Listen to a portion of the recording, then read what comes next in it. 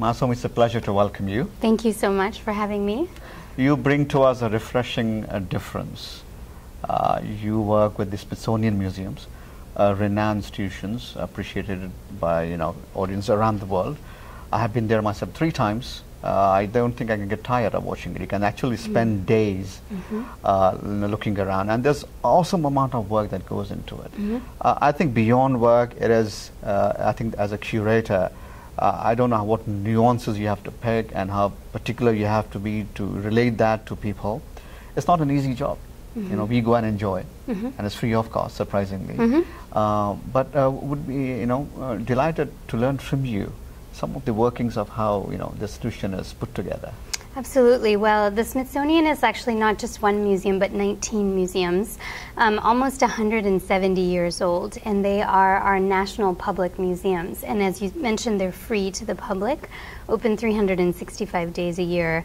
And they display, among other things, our national collection, which is in objects, artifacts, works of art, documents, ranging, now numbering actually more than 130 million and counting. We have that many things in our national collection. So we have a mandate from the U.S. government to be the national public museums that people from around the world and around the country visit. A lot of research goes into the work that people see when they visit the floors of the exhibition galleries. Sometimes exhibitions can be 20 or 30 years in the making in terms of archival research and document research, but also going out into the field. We have archaeologists and paleontologists that research dinosaur fossils. We have art historians that look at treasures of art that can be centuries old. And then we have historians, such as myself, that look at the history of the United States and all of its diversity. So exhibitions are really many years in the making, and we try to create them for the general public because our audience is really a broad cross-section of everyone that makes up the United States, and it's also people who come from other countries to learn about the United States and our history. So when we do exhibitions, we have this in mind, that people who come in the doors may know a lot about a particular subject matter, or they may know nothing at all, and we want to be able to have something that's appealing and educational for a wide variety of visitors. More than 10 million people visit some of our museums annually, which is a lot of people. As a curator, it's an amazing platform to think that things that we put on the wall are just seen by so many people of all generations, of different backgrounds, from different places in the United States and the world. And it's great. Whatever story we tell there, I think, has a certain kind of gravitas because it's told by the Smithsonian, which has a reputation as being credible and as being scholarly and as being something where the research and the work that's put into it is very serious. That being said, a lot of our visitors are kids, and so we don't necessarily make the displays serious. A lot of them are meant to be interactive for people to engage with the material through different senses and in different ways, and really as a place for families to be able to come and kind of enjoy and learn together. You talked about 19 different museums. I've been to, I think, probably 3 or 4, most important being air and space and natural history. That's where most people flock to. So one is, focusing on science and technology and natural resources. Yeah. But culture is an integral part of what you do. And an extension of that was, what you put together a couple of years back, focused on Indians' achievements and contributions to the U.S. Beyond Bollywood. So wanted to ask you a couple of questions on that. How did that thought come into place? Because there are other immigrants have come here through generations, and Indians obviously are doing an amazing contribution, not just to the economy but to the country as a whole. Yes. So as our national public museums, the Smithsonian is charged with telling American history in all of its diversity and all of its nuance. And as we know, our country is made up of people who've come from all over the world and who've shaped it to be what it is today. And Indians are an important part of that history. The exhibition came about actually in 2007 when there were a lot of local Indian community members in the Washington, D.C. area who approached the institution, and they said that, you know, we've been coming here for decades. We've brought our children and now our grandchildren, and we've never seen anything about our own history on these walls. We've, you know, loved learning about the major moments in American history and loved learning about the science and the technology, but we've never seen ourselves in these walls. And so we would love to help you put that together so that we can see that and we can bring future generations to that. So they contributed some resources, some money, but also things, documents that they had saved, old photographs that they had collected, and also just their own oral stories of what it was like to come to the U.S. 30, 40, 50 years ago and put down roots and build a life here. So that's how it started in 2007. And it took about 7 years actually to do the research for the exhibition. We wanted to make sure that we went to different parts of the country and were able to understand the story in all of its different layers and nuances. One of the things that I often tell people is that Indian Americans are as diverse as India itself and as diverse as America itself. We have diverse immigration histories. Some of us have roots here that date back 6, 7 generations. Some people came 2 weeks ago, right? So there's just a wide range. We come from all parts of India, practice more than 9 religions, speak different languages, have different educational and occupational histories. So it's a really diverse community. We're not all the same, although we all have heritage in the Indian subcontinent. And some of us in the diaspora, other parts that Indians had gone because of the British Empire. So it's a large community. More than 3.3 million people in the United States today trace their heritage to India. So it took us 7 years, and we went around the country. We looked in university archives, we interviewed scholars, we went to people's homes and their basements, we looked in their attics and in their drawers. We interviewed a lot of people across the generations, and we looked in archives for things like photographs, newspaper articles, to make sure that we covered different aspects of the story. The gallery itself, where the exhibition shows, is 5,000 square feet. And as you can imagine, it's very hard to fit us into 5,000 square feet. We're talking about more than 200 years of history.